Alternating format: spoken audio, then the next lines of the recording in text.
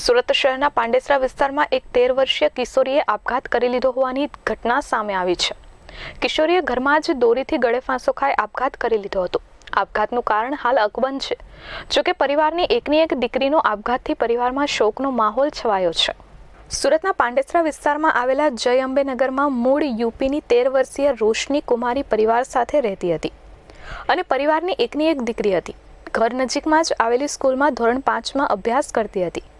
ગતરોજ માતા પિતા કામ પર ગયા હતા. આ દરમિયાન કિશોરીએ એકલતાનો લાભ લઈ રૂમમાં પંખા સાથે દોરી બાંધી ગળે ફાંસો ખાઈ આપઘાત કરી લીધો હતો. સવારે કામ પર ગયેલા માતા પિતા સાંજે 6 વાગે પરત ફરતા માતા પિતાને દીકરી લટકતી હાલતમાં મળી આવી હતી. રોશની પરિવારની એકની એક દીકરી હોવાથી પરિવારમાં શોકનો માહોલ છવાયો છે. ઘટનાની જાણ થતાં પોલીસે તપાસ હાથ ધરી હતી. જોકે કિશોરીના આપઘાતને લઈને હજુ સુધી કારણ સામે આવ્યું નથી. પોલીસે આ મામલે તપાસ હાથ ધરી છે. મયુર ઠક્કર, એસ24 ન્યૂઝ, સુરત.